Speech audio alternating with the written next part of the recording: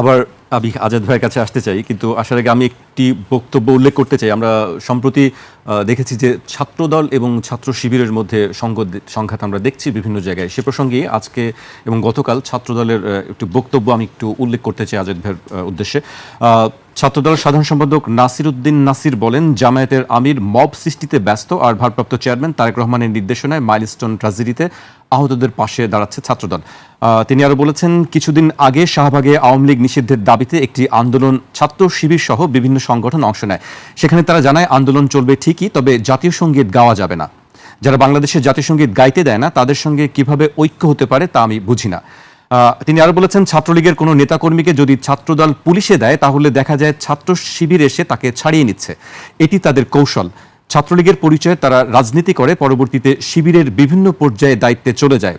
এই চিত্র আমরা গাজীপুর, চকবাজার ও চট্টগ্রাম বিশ্ববিদ্যালয়ে দেখছি। তিনি আরও দাবি করেন, চট্টগ্রাম বিশ্ববিদ্যালয়ে গণ অভ্যুত্থান পরবর্তী সময়ে ছাত্রলীগের এক দুর্ধর্ষ ক্যাডারকে পরবর্তীতে সোহরাওয়ার্দী হল শাখা শিবিরের সভাপতির দায়িত্ব দেখা গেছে। জামায়াতের আমিরের ভিজুয়াল কাজগুলো পুরো জাতির কাছে দৃশ্যমান। উনি কি করছেন? বাংলাদেশের রাজনীতিতে অনেকেই বিগত দিনে এ ধরনের লিডারশিপ দিয়েছেন, যারা দেশ এবং জাতির জন্য কাজ করেছেন, মানবিক কল্যাণে গুরুত্বপূর্ণ ভূমিকা পালন করেছেন। জামায়াতের আমির একজন তুষার ভাইয়ের মতো মেডিকেল সায়েন্সের ছাত্র, ডাক্তার। তো ওনাকে তো এই কথা বলা হয়েছে, আমার এলাকার একজন এমপি ছিলেন বিএনপির, বলে পল্লী চিকিৎসক। এখন আমি যদি তুষার ভাইকে কথাটা বলি, আপনি মানবেন?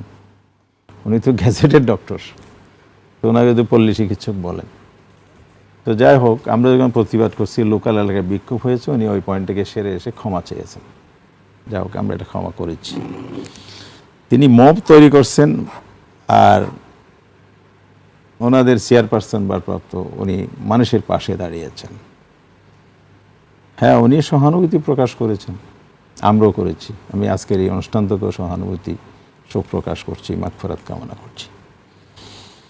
কিন্তু জামায়াতের আমির দি ফার্স্ট ম্যান, যিনি ওখানে তার লিডারশিপ নিয়ে প্রথম হাজির হয়েছেন। শুধু এই ঘটনা নয়, বাংলাদেশে আপনি অসংখ্য ঘটনা পাবেন।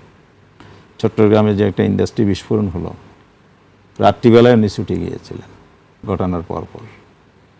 সিলেটের বন্যার কাহিনী আমরা জানি, কীভাবে উনি উদ্ধারকর্মে ভূমিকা রেখেছেন।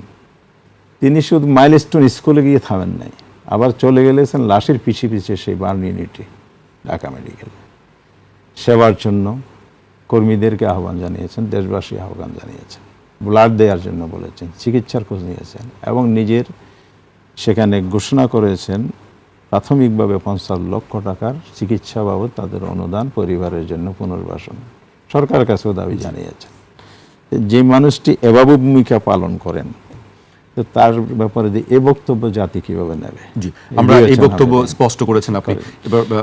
শিবির সম্পর্কে যেটা বলা হচ্ছে, শিবিরের জন্য তো চিরাচারিতা, আমিও তো শিবির করালাম। জি, আমরা জানি যে আপনি ছাত্র শিবিরের এই পর্যায়ে আমরা দায়িত্ব পালন করেছি। আমি চট্টগ্রাম বিশ্ববিদ্যালয়ে তখন সভাপতি। সে সময়েই তো প্রথম শুরু হলো শিবির রক কাটে।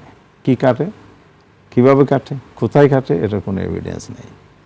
হ্যাঁ, একটি ঘটনাকে বলা হয়, সেটা কোনো রক কাটার ঘটনা নয়।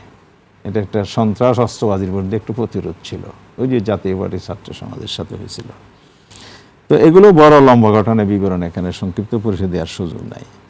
তো সেই সময়ে কারা এগুলো করেছে, এই অপপ্রচারে ছিল কিন্তু যারা এই 54 বছর দেশটাকে বিভাজিত রূপে পরিচালিত করেছে। সেই জায়গাতে কিন্তু আমরা কিন্তু সরে আসছি। আমাদের মধ্যে নতুন আকাঙ্ক্ষা এবং নতুন চিন্তাধারা তৈরি হয়েছে নতুন প্রজন্মের কাছে। আবার আমরা সেই জায়গায় ফিরে যাচ্ছি। তার মানে এই দেশটাকে আপনি যে ফেসিজম বা ফেসিস্ট বলতেছি, এই ফেসিস্টের উত্থানটা হয়েছে তো বিভাজনের রাজনীতির সুযোগ নিয়ে। সেই স্পেসকে আমরা এখনও অব্যাহত রাখবো, এখনও দিতে থাকবো। এখন শিবিরের যে ঘটনাগুলো আপনি বলেছেন, জাতীয় সঙ্গীত নিয়ে আপনি বলেছেন, যেদিন আওয়ামী লীগের কার্যক্রম নিষিদ্ধের দাবিতে সেদিন যে ইয়াটা হয়েছিল সমাবেশ বা ছাত্রদের, তো সেই জায়গায় কে বা কারা দিয়েছে আজ পর্যন্ত আপনি প্রুভ করতে পারছেন? ছাত্র শিবির, জামায়াত ইসলামী দুই পক্ষ থেকে কিন্তু এটার প্রতিবাদ এসেছে, কিন্তু পাল্টা চ্যালেঞ্জ তো ঠিক করেন নাই। তাহলে আপনি যারা এই ঘটনাগুলো ঘটিয়েছে তারা ইন্টারন্যাশনালি শিবিরের দায়ভার চাপানোর জন্য এ ঘটনা ঘটান নাই, অথবা ছাত্রদের আন্দোলনে ফাটল ধরানো করেন নাই, অথবা ইস্যু ডাইভার্ট করানো করেন নাই, এটা কীভাবে বলবেন? এরপরে আপনার চট্টগ্রাম বিশ্ববিদ্যালয়ের চকবাজারের ঘটনায়, তারপর থানা থেকে আসামি ছাড়েন, গাইবান্ধা কি হয়েছে ঘটনা কি জানেন না আপনি? থানা থেকে অবশ্যই, কারা সবাই- আসামি ছাড়ে আনছে? সবাই আমরা মিডিয়া আমাদের একটা ঘটনা তো আপনি দেখাতে পারবেন না। চকবাজারের ঘটনা হচ্ছে যে লোকটা চাঁদাবাজি করেছে তাকে সে একসময় যুবলীগ করতো, পরে যুবদল থেকে বহিষ্কৃত। তাহলে আমি বহিষ্কৃত হওয়া বলতেছে আপনি এই যে যেটা আমি ও বলতেও চাই না, যেহেতু একটা পলিটিক্যাল ব্যাপার, আমাদের রাজনৈতিক দলগুলোর মধ্যে একটা সুসম্পর্ক রক্ষার বিষয় এখানে আছে। এই জন্য আমি সহনশীলভাবে কথাটা বলতে চাচ্ছি যে এই বিষয়গুলো যে করা হচ্ছে, আপনারা তাদেরকে চাঁদাবাজি যারা করছে বহিষ্কার করতেছেন, কিন্তু এগুলো তো বন্ধ হচ্ছে না। কিন্তু আবার দায়ভার চাপানোর সময় যারা এগুলোর সাথে নাই, দূরতম সম্পর্ক নাই, বরং চাঁদাবাজি বন্ধের জন্য ভূমিকা রাখছে, শিবিরে যে বিশাল মিছিল সেটা আপনি দেখেন, কি স্লোগান দেওয়া হয়েছে, তারা তো চাঁদাবাজদের প্রতিরোধ করার ঘোষণা দিয়েছে। তো সেই সংগঠনকে আপনি এবারে চাঁদাবাজির জন্য আপনি দায়ী করবেন, মামলার আসামি থানা থেকে ছাড়ানোর কথা বলবেন, এটা জাতিতে ছাত্রদল গ্রহণ করবে না। ছাত্রলীগের নেতাকর্মীকে পুলিশে দিলে ছাত্রদল পুলিশে দিলে শিবির সেটি ছাড়িয়ে নিয়ে এটা যাচ্ছে রাহা মিথ্যে একটু কথা। বলছে। চট্টগ্রাম বিশ্ববিদ্যালয় বিষয়টা কিন্তু তাই। আমার নিজের ক্যাম্পাস, আমার রেগুলার যোগাযোগ আছে সেখানে। আরেকটু যে সোহরাওয়ার্দী হল শাখা শিবিরের সভাপতির দায়িত্ব দেখা গেছে ছাত্রলীগের একসময় দুর্ধর্ষ ক্যাডার। এটা কোনো ধরনের শিবিরের সাথে সম্পৃক্ততা এই ঘটনায় নাই। আমি চ্যালেঞ্জ করলাম, প্রমাণ করতে পারলে তখন আমি জার্মানি এই দেশটাকে আপনি যে ফেসিজম বা ফেসিস্ট বলতেছি, এই ফেসিস্টের উত্থানটা হয়েছে তো বিভাজনের রাজনীতির সুযোগ নিয়ে। সেই স্পেসকে আমরা এখনো অব্যাহত রাখবো, এখনো দিতে থাকবো। এখন শিবিরের যে ঘটনাগুলো আপনি বলেছেন, জাতীয় সঙ্গীত নিয়ে আপনি বলেছেন, যেদিন আওয়ামী লীগের কার্যক্রম নিষিদ্ধের দাবিতে সেদিন যে ইয়াটা হয়েছিল সমাবেশ বা ছাত্রদের, তো সেই জায়গায় কে বা কারা দিয়েছে আজ পর্যন্ত আপনি প্রুভ করতে পারছেন? ছাত্র শিবির, জামায়াত ইসলামী দুই পক্ষ থেকে কিন্তু একটা প্রতিবাদ এসেছে, কিন্তু পাল্টা চ্যালেঞ্জ তো ঠিক করেন নাই। তাহলে আপনি যারা এই ঘটনাগুলো ঘটিয়েছে তারা ইন্টারন্যাশনালি শিবিরের দায়ভার চাপানোর জন্য এই ঘটনা ঘটান নাই, অথবা ছাত্রদের আন্দোলনে ফাটল ধরানো করেন নাই, অথবা ইস্যু ডাইভার্ট করানো করেন নাই, এটা কীভাবে বলবেন? এরপরে আপনার চট্টগ্রাম বিশ্ববিদ্যালয়ের চকবাজারের ঘটনায়, তারপর থানা থেকে আসামি ছাড়েন, গাইবান্ধা কি হয়েছে ঘটনা কি জানেন না আপনি? থানা থেকে অবশ্যই, কারা সবাই- আসামি ছাড়ে আনছে? সবাই আমরা মিডিয়া আমাদের একটা ঘটনা তো আপনি দেখাতে পারবেন না।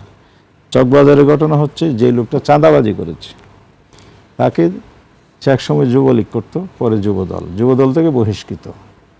তাহলে আমি বহিষ্কৃত হওয়া বলতেছে আপনি এই যে যেটা আমি ও বলতেও চাই না, যেহেতু একটা পলিটিক্যাল ব্যাপার, আমাদের রাজনৈতিক দলগুলোর মধ্যে একটা সুসম্পর্ক রক্ষার বিষয় এখানে আছে। এই জন্য আমি সহনশীলভাবে কথাটা বলতে চাচ্ছি যে এই বিষয়গুলো যে করা হচ্ছে, আপনারা তাদেরকে চাঁদাবাজি যারা করছে বহিষ্কার করতেছেন, কিন্তু এগুলো তো বন্ধ হচ্ছে না। কিন্তু আবার দায়ভার চাপানোর সময় যারা এগুলোর সাথে নাই, দূরতম সম্পর্ক নাই, বরং চাঁদাবাজি বন্ধের জন্য ভূমিকা রাখছে, শিবিরে যে বিশাল মিছিল সেটা আপনি দেখেন, কি স্লোগান দেওয়া হয়েছে, তারা তো চাঁদাবাজদের প্রতিরোধ করার ঘোষণা দিয়েছে। তো সেই সংগঠনকে আপনি এবারে চাঁদাবাজির জন্য আপনি দায়ী করবেন, মামলার আসামি থানা থেকে ছাড়ানোর কথা বলবেন, এটা জাতিতে ছাত্রদল গ্রহণ করবে না। ছাত্রলীগের নেতাকর্মীকে পুলিশে দিলে ছাত্রদল পুলিশে দিলে শিবির সেটি ছাড়িয়ে নিয়ে এটা যাচ্ছে রাহা মিথ্যে একটু কথা। বলছে। চট্টগ্রাম বিশ্ববিদ্যালয় বিষয়টা কিন্তু তাই। আমার নিজের ক্যাম্পাস, আমার রেগুলার যোগাযোগ আছে সেখানে। আরেকটু যে সোহরাওয়ার্দী হল শাখা শিবিরের সভাপতির দায়িত্ব দেখা গেছে ছাত্রলীগের একসময় দুর্ধর্ষ ক্যাডার। এটা কোনো ধরনের শিবিরের সাথে সম্পৃক্ততা এই ঘটনায় নাই। আমি চ্যালেঞ্জ করলাম, প্রমাণ করতে পারলে তখন আমি